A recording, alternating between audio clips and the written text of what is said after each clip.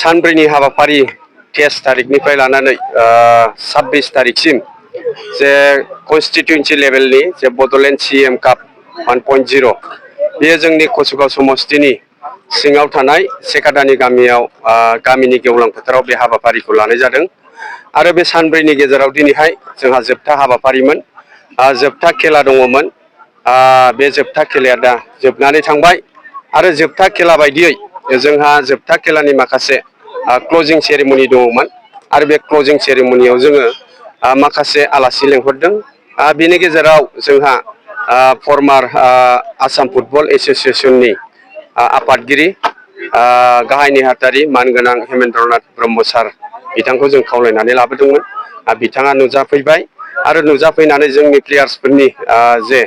गेजेराव बिथाङा गोबां मोजां बिबुंथि होलांबाय थुलुंगाखांनाय बाथ्रा होलांबाय दा बे समावहाय जोंहा जोबनानै थांबाय खेलाया आरो फाइनाल खेला हिसाबै जोंहा गार्डेनपुर आरो गाम्बारिबिल BCDC गेजेराव जादोंमोन दा बिनि गेजेराव जों रिजाल्टखौबो मोनबाय बेवहाय जोंना गार्डेनपुर हिसाबै BCDC हिसाबै बिथांमोना चेम्पियन जाबाय आरो रानार्स आप हिसाबै जोंहा गाम्बारिबिल BCDC नि टीमा जाबाय आरो लोगोसे बेस्ट प्लेयार हिसाबै जोंहा गार्डेनपुरनि सासे प्लेयार जार्सि नाम्बार 2 बिथांखौ सायख'नानै होबाय पाब्लिकआनो दा बिथाङानो बेस्ट प्लेयारनि जे मासिखौ आवग्रिनानै लानो हादों दा बे समावहाय आङो खावलायहरनो सानदों नोंथांमोननि चेनेलनि गेजेरजों जे जों कसुगावबासि हिसाबै कसुगाव समस्तिनि हिसाबै जोंहा गोबां टेलेन्टेड प्लेयार्स दङ बिराद स्किल गोनां प्लेयार्सफोर दङ जों दिनैनि तारिखाव बुंनानै लानो हायो जों नुदों बिथांमोनहा जोबोद मोजाङै खेलाखौ गेलेदों दिन्थिलांबाय आरो जों बिथांमोननि गेजेरावनो माखासे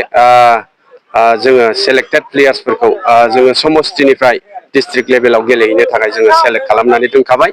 आरो जों आसा खालामो आरो दाथियैनो जों बुंनो हायो डिस्ट्रिक्ट लेभेलाव कसुगाव समस्ति हिसाबै चेम्पियन जागोन रोखा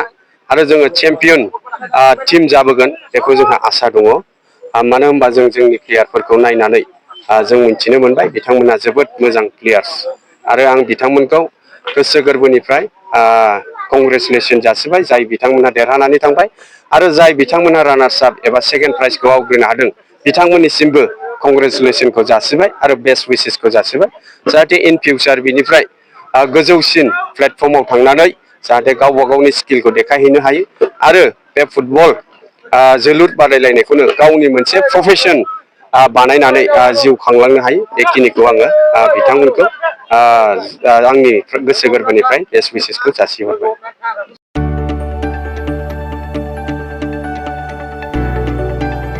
गोजोनथाव खौरां बर'नि आंगोथार गोथाव ओंख्रि जानो मोजां मोनग्रा रायजो राजाफोरनि थाखाय गोजोनथाव खौरां बर'नि आंगोथार ओंख्रि जानो मोजां मोनग्रा रायजो राजाफोरा बे गोदानै खुलिनाय लाइजौ हटेलाव हाबफैनो हागोन जाखांफुहांनाय लाइमोन फालांगिरि गपेश बसुमतारिया अदालगुरिनि टंलायाव बेखेवदों बर'नि आंगोथार ओंख्रि मोनग्रा गंसे हटेल अदालगुरि जिल्ला टंलानि मिउनिसिपाल बर्ड मावख'नि साखाथियाव गोदानै बर'नि गोग्गो जानाय आदारनि गंसे लाइजौ मुंनि हटेल बेखेवदों अदालगुरि जिल्लानि सिङाव थानाय फालांगिरि नोगोर टंलायाव गोदानै खुलिनाय बे लाइजौ हटेलाव बर'नि दोरोङारि जाग्रा आदारजों लोगोसे गोबां जाग्रा आदारफोरबो मोननो हागोन